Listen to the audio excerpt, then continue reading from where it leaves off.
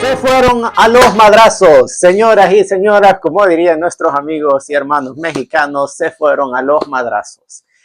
No literal, se fueron a los madrazos, pues en el Twitter, con comentarios, etcétera, no vaya a creer.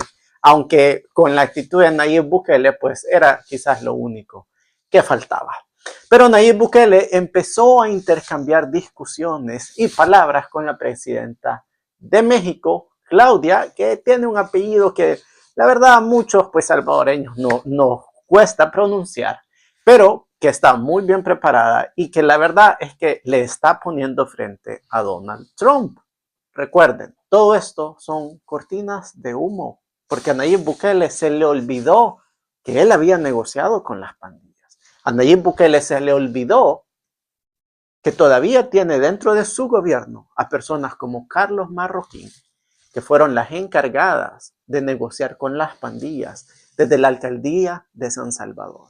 Personas como Carlos Marroquín tenían el contacto de los pandilleros en las comunidades donde estos hacían sus campañas políticas. Y no me lo pueden negar a mí. Le di otro madrazo al micrófono, pero no me lo pueden negar a mí. Porque yo mismo fui y le advertí al hermano de Nayib Bukele, al propio Karim Bukele y a Yusef Bukele, les advertí sobre lo que se decía de Carlos Marroquín. Pero como dicen, el silencio otorga y condena.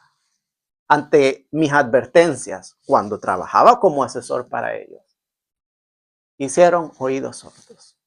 Después, en el 2020, también le advertí a Javier Sabla, sí, el primo de Nayib Bukele, el que es presidente del partido Nuevas Ideas. A él fui personalmente y le advertí de lo que se decía y se sabía de Carlos Marroquín, su cuñado Denis Salinas, que ahora es diputado también, y hasta de las amenazas que Carlos Marroquín había hecho a candidatos a diputados, que ahora son diputados, como el diputado Cristian Guevara, el cual fue amenazado por Carlos Marroquín, que no podía llegar a ciertas comunidades, de lo contrario, se lo iban a quebrar, como lo dijo Carlos Marroquín. Nayib Bukele, cuando atacó a Claudia, la presidenta de México, se le olvidó mencionar que su estrategia de seguridad consistía en negociar con las pandillas. Consistía en dejar libres a los cabecillas, sacarlos de las prisiones e incluso llevarlos en carros nacionales y ponerlos en la frontera de Guatemala. Y hasta entregarles un arma y ponerlos en un apartamento de lujo en la colonia Escalón. A Nayib Bukele se le olvidó que hay personas como yo que hemos sido testigos de que su gobierno es corrupto y que ha permitido que personas como Carlos Marroquín sigan en el poder. A Nayib Bukele se le olvidó que su única estrategia de seguridad era entregarle favores a los pandilleros. Si no, ¿cómo se explica usted que el 1 de junio del año 2019, justo cuando Nayib Bukele toma posesión del gobierno, se acaban los asesinatos y milagrosamente se acaban las pandillas?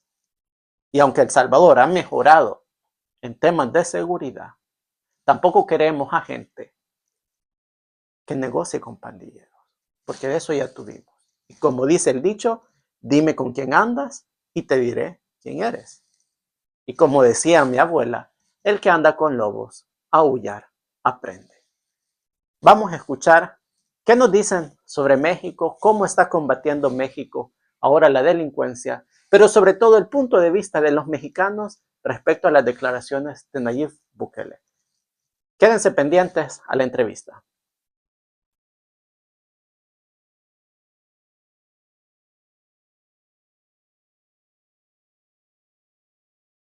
Muy bien, aquí Hola, ¿qué listo. tal? ¿Cómo te va?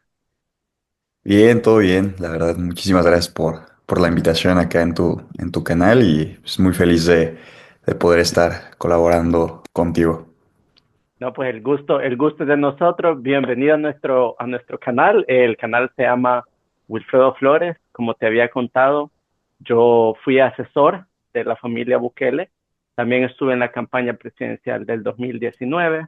Después asesoré el Ministerio de Gobernación, que se encarga de la respuesta a la emergencia, y estuvimos preparando la respuesta al COVID, lo que me permitió ver bien de cerca la corrupción y cómo operaban ellos la corrupción a nivel gubernamental. O sea, todo un aparataje que han montado en El Salvador. Entonces, ahora por medio de mi canal, nosotros pues denunciamos la corrupción para que la gente vaya abriendo los ojos. Y vi un tuit Claro. tuyo que me llamó mucho la atención. Creo que ya le vamos a dar una ojeada a los puntos que decías, pero quizás para empezar y para que el público de nuestro canal pues se vaya familiarizando, nos cuentes quién eres tú, cuál ha sido tu papel y pues nos aclares después algunos puntos acerca de las políticas en México. Sí, no, pues muchísimas gracias. Como ya te había comentado, es un gran honor poder estar acá platicando en tu canal, sobre todo en esta situación. Yo soy Carlos Centeno, soy politólogo y administrador público por parte de la UNAM, una de las escuelas pues con mayor prestigio acá en México. Y desde hace 2 años me he empezado a dedicar a los medios de comunicación. Políticamente hablando, he estado pues activo ya desde 2017, estando participando en distintas campañas políticas, tanto en gubernaturas, que serían como los departamentos, tengo entendido, en El Mm, Salvador, y pues hasta ahora que fue la campaña presidencial de la ahora presidenta Claudia Sheinbaum, pues también se estuvo participando. En ese caso siempre he estado pues muy activo, ¿no? Y en redes sociales, tratando de informar, dar análisis, opinión, he estado en mesas de debate a nivel nacional, en televisiones, programas a nivel nacional, y también pues haciendo colaboraciones con compañeros que también tienen canales de YouTube, así como tú, y pues estamos ahora dando esa batalla, creo yo, en contra pues de toda esta ola de autoritarismo que se está viviendo en América Latina, en América en general. Tenemos el caso pues, de Javier Milei, en Ecuador también con Daniel Noboa, que está a mm, punto de perder su reelección. Y pues tocó en esta ocasión hacerle una pequeña especificación a Nayib Bukele porque pues claramente en ese tweet que él también publica se equivoca demasiado y habla desde una profunda ignorancia este tema de la mm, delincuencia en México. Compararlo con El Salvador es simplemente sin sentido. No hay punto de comparación entre la delincuencia de El Salvador y la delincuencia de México. mm. O sea que en otras palabras, tú no eres ningún cinco de yuca, como decimos los salvadoreños. No No, sé si en México existe esa expresión, pero en El no, Salvador decimos que no es cinco de yuca, ¿verdad? la primera Tú vez que sí la escucho. sabes, claro, tú sí sabes sobre el tema del cual vamos a hablar. Y bien interesante lo que tú dices, porque estaba hablando con un amigo estadounidense que había votado por Donald Trump y que se arrepintió de votar por Donald Trump, no por algunas políticas de él, sino por el hecho de que se han ido demasiado hacia el fascismo. Ya viste que han empezado deportaciones masivas. Bueno, ha llegado al punto incluso de mandar venezolanos, migrantes, que muchos ni siquiera han sido procesados legalmente en Estados Unidos y los han enviado a casi un campo de concentración en El Salvador, donde no hay Sí, ninguna garantía de ningún proceso judicial justo. Entonces, eso ya lo veníamos viviendo en El Salvador desde hace algunos años y se lo veníamos diciendo a la comunidad internacional. Pero parece ser que hasta ahora la gente se está dando cuenta de lo que está pasando en El Salvador. Ahora, el tema de México, Carlos, ha sido esta noticia, esta semana, una gran noticia, ¿no? La confrontación, y diré confrontación entre comillas, porque la presidenta de México muy sabiamente pues no se metió con el pequeño dictador de Bukele, ¿no? Pero, ¿cuál es la situación en México en cuanto a la delincuencia? Porque todo el mundo ve que está muy terrible, que hay muchos asesinatos, pero como tú dices, México es muy complejo. Y en El Salvador, mucha gente nunca ha ido a México, ni siquiera ha salido de su país. Entonces, para que quizás nos pongas en contexto, si nos cuentas primero cuánta es la población de México, qué tan grande es una gobernatura, porque en El Salvador existen gobernadores, pero tienen cero autoridad, o sea, están por ser una pantalla y por recibir un sueldo y nada más. Entonces, quizás si nos aclaras cómo funciona el gobierno en México en cuanto a los gobernadores, las municipalidades y el gobierno federal, para que nuestra audiencia tenga una idea de lo que ustedes están enfrentando ahí en México. Sí, mira, para empezar hay que tener en cuenta que en México somos 130 millones de habitantes. Creo que tan solo con El, ese simple dato nos podemos dar cuenta de la magnitud del sí, problema que significa pues esta situación, ¿no? claro. Lo complejo Ujú. que es. Tengo entendido, en El Salvador son aproximadamente 6 millones de habitantes. Entonces, pues ya sacando las cuentas, te das cuenta también de muchísimas cosas, ¿no? Territorialmente hablando, somos 93 veces más grandes, tenemos una mayor superficie territorial que El Salvador. La Wow. posición geográfica que ocupa México también es importante. ¿Por qué? Pues porque tenemos desafortunadamente de vecinos en el norte pues a Estados Unidos, ¿no? Un Ujú. país que tiene las mayores empresas armamentistas en el mundo. Es como si ustedes tuvieran, bueno, es como si ustedes, tanto Guatemala y Honduras, les mandaran armas y traficaran armas para que sus pandillas se, bueno, estuvieran en con constante armamento, ¿no? Y esa es una de las Mm, situaciones que sufre México, no solo en este sexenio, no solo en este nuevo gobierno de Claudia Sheinbaum, sino en el pasado también con el presidente Andrés Manuel López Obrador se vivió la misma situación, se interpuso una demanda para que esta situación dejara de suceder en contra de las empresas armamentistas de Estados Unidos. Y pues también hay que tener en cuenta que durante el periodo de 1994 al periodo del 2018-2017 hubo hubo una completa condición para que los cárteles del crimen organizado crecieran de una mayor forma, pues, ujú, más rápida, de manera exponencial.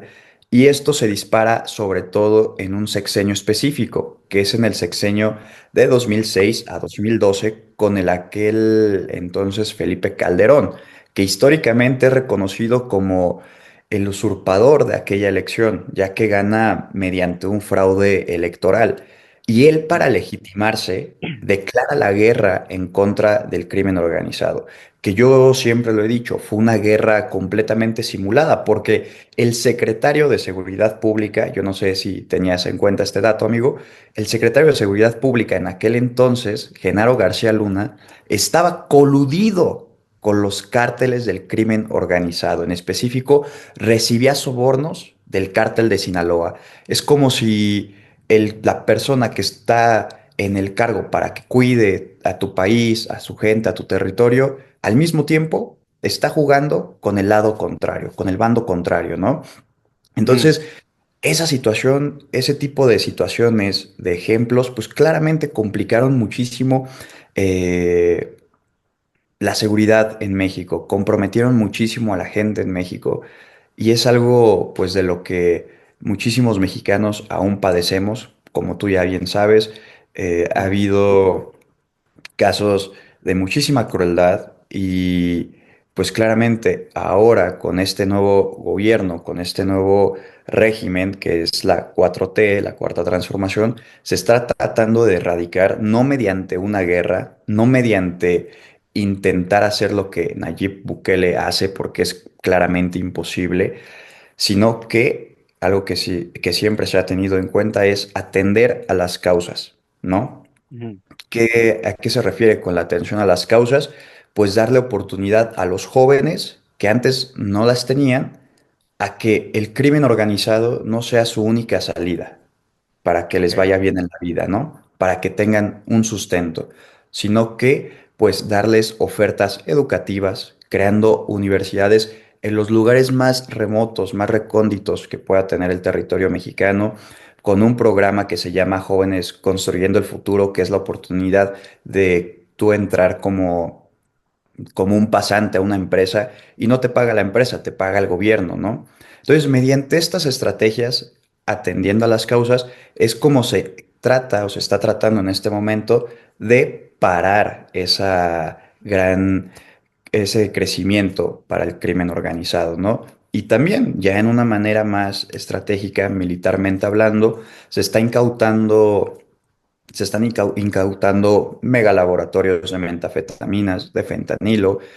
Hay toda una coordinación en este momento. En estos primeros ya 100 días de gobierno de la presidenta Claudia Sheinbaum se han capturado a grandes líderes del crimen organizado y también se han extraditado a Estados Unidos. Pero claro, si queremos que realmente esta situación cambie, Estados Unidos tiene que hacer lo propio regulando a sus empresas armamentistas para que paren definitivamente el control del tráfico de armas a México. Entonces, estamos viviendo un gran proceso, creo yo, de pacificación, a pesar de que aún hay casos que resuenan.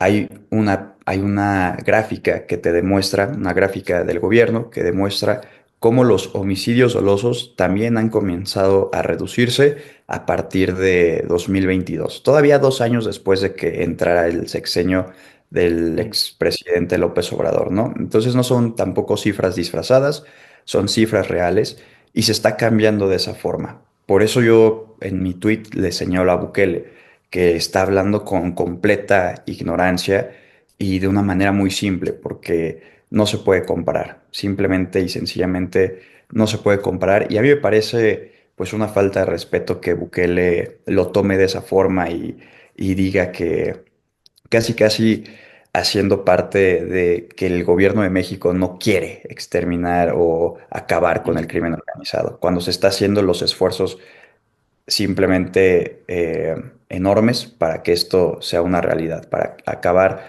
paulatinamente con una base del crimen organizado que, imagínate, pues se dejó crecer por más de 30 años. Entonces, tampoco nos estamos enfrentando a pandillas como se enfrentan en El Salvador. Esta gente tiene armamentos de tipo militar, como ya lo había comentado, hasta de uso exclusivo del ejército de Estados Ujú. Unidos, ¿no? Entonces, Es más, es más, yo recuerdo un estudio y una operación que la CIA puso en marcha en territorio mexicano, porque los carteles en México tienen hasta sus propias red telefónica, al lado ex- de otras torres telefónicas. O sea, es tan complejo y tienen tanto, pero tanto dinero que tienen la capacidad de montar su propia red telefónica. O sea, es como Movistar o Claro, tienen sus propios teléfonos y claro, es más difícil intervenirlo. Yo me recuerdo del programa Jóvenes Creando Futuro, creo que se llamaba, ¿verdad? construyendo el Eh, futuro. Construyendo el Futuro, gracias. Recuerdo ese programa cuando trabajaba con el gobierno de Bukele desde el año 2019 hasta el 2021. Recuerdo que la Embajada de México empezó a implementar el programa, pero el gobierno de Nayib Bukele fue tan incapaz de poder presentar los jóvenes para que la Embajada de México les ayudara o el gobierno mexicano les ayudara a poder desarrollar y a poder echar andar el proyecto. Y la razón era que se lo había delegado a Carlos Marroquín. Carlos Marroquín fue el que estuvo liderando las negociaciones de las pandillas entre el gobierno de El Salvador y las pandillas. Y fue incluso el que fue a sacar a uno de los pandilleros más sanguinarios de El Salvador, el Krug, que lo capturaron en México y que ahora está en un juicio pendiente en Nueva York. Entonces, imagínate que el gobierno de El Salvador le encomendó el proyecto que el gobierno mexicano había dado fondos, había puesto la logística para echarlo a andar, pero el gobierno salvadoreño se lo encomienda al mismo que estaba negociando con las pandillas.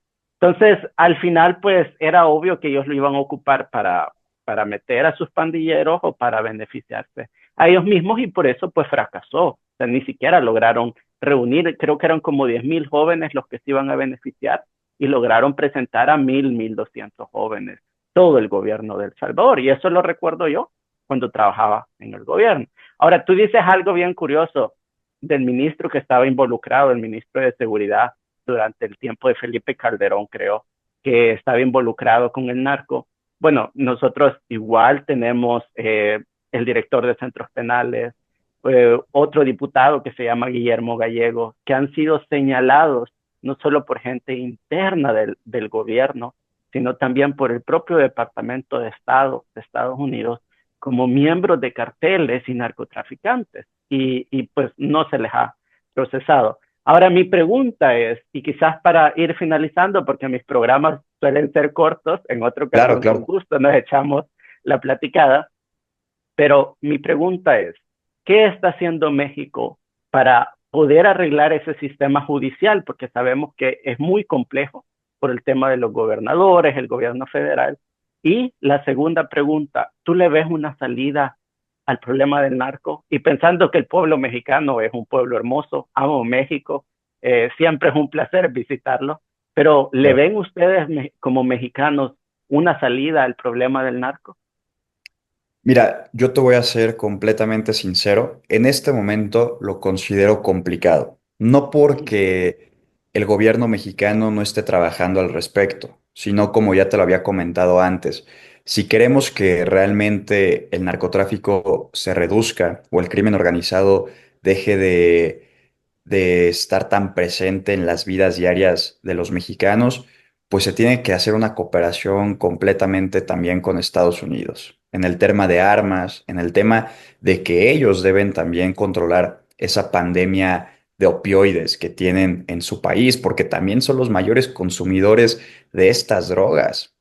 Entonces, son varios elementos en conjunto que yo creo que si se logran entre ambas naciones, se puede ir reduciendo estas organizaciones del crimen organizado. En cuanto al Poder Judicial, qué bueno que lo comentas, porque también tenemos ese problema en el que en el pasado, y en el pasado me refiero hace 6 días, a casi aproximadamente 6 u 8 días, la Marina capturó a un líder del cártel Jalisco Nueva Generación. Dicho líder fue puesto a disposición judicial para que un juez dictara una sentencia. Pues este juez lo deja libre, ¿no? Entonces, Mm. a los 3 días, no te miento, esta es una noticia que lo puedes ver en internet, a los 3 días, este mismo personaje, este mismo líder que había sido capturado y que a los 3 días fue puesto en libertad, ordenó una emboscada en contra de militares en donde se vio perdida la vida de 6 personas, ¿no? 6 hermanos militares mexicanos. Y eso es algo que dices, está fallando. Y por eso hace un año se votó la implementación de la reestructuración de un nuevo poder judicial en México. No sé si llegaste a escuchar que ahora vamos a No. poder votar Mm. en México por nuestros jueces, por nuestros ministros de la Suprema Corte de Justicia de la Nación y por los magistrados, ¿no? ¿Por qué? Pues Ese es un porque gran cambio, eso es un gran sí, logro democráticamente, porque creo que ningún país en el mundo, o quizás solo, ni siquiera no, los europeos, pueden no, votar por ninguno. decidir su juez. Eso es un gran cambio y democrático. Entonces, exactamente. Entonces, esa para mí sí es una de las esperanzas y para muchos mexicanos es una de las esperanzas para poder lograr también esa pacificación, ya no a través de las armas, sino pues del derecho de Estado, ¿no? Y que se haga cumplir la ley como se tiene que hacer cumplir. Entonces, este próximo 2 de junio vamos a tener elecciones extraordinarias para elegir a nuestros jueces, a nuestros magistrados y a nuestros ministros de la Suprema Corte.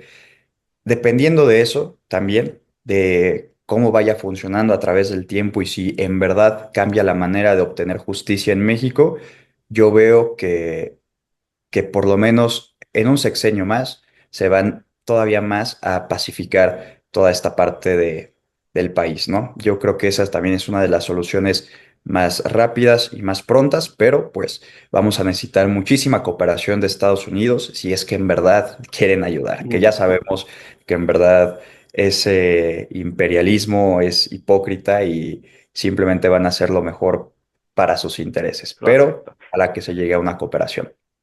Rescato lo que dijo la presidenta Claudia de México, diplomacia, ¿verdad? Significa Sí, respeto y es lo así primero. es. Y bueno, espero que los procesos democráticos que ustedes están emprendiendo vayan bien por el pueblo mexicano, pero hay que recordar que México siempre ha sido líder en Latinoamérica. La Revolución Mexicana pues, fue una revolución que empezó otras revoluciones a lo largo de Latinoamérica. Así es que mis mejores deseos para ustedes. Gracias por estar en este canal y seguramente van a haber más preguntas, pero poco a poco las vamos a ir aclarando. Y bienvenido para la próxima, siempre que tengamos algo de México, pues te vamos a llamar. Por el momento te deseamos que vayas a disfrutar tus respectivos taquitos y si algún día visitas El Salvador, pues que pruebes nuestras pupusas. Muchas gracias, hermano mexicano. Ha sido un gusto. Saludos. Muchísimas gracias, amigo. Abrazo.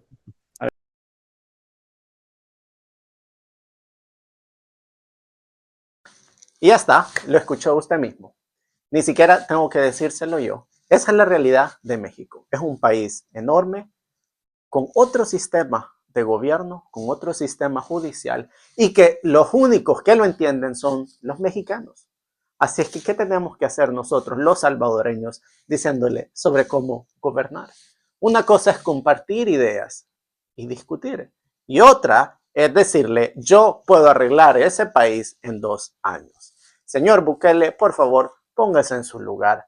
Empiece por mejorar nuestras escuelas, por invertir en los hospitales, dejar de comprarse helicópteros, poner en la cárcel a Carlos Marroquín y a Carolina Recinos, limpiar su casa, agarrarse del pelo y salirse, porque el pueblo salvadoreño ya no lo quiere y ya se dio cuenta del dictador que ustedes. Gracias, hermanos salvadoreños. Los saludo desde algún punto del mundo, desde la frontera con Rusia, y los espero la próxima ocasión.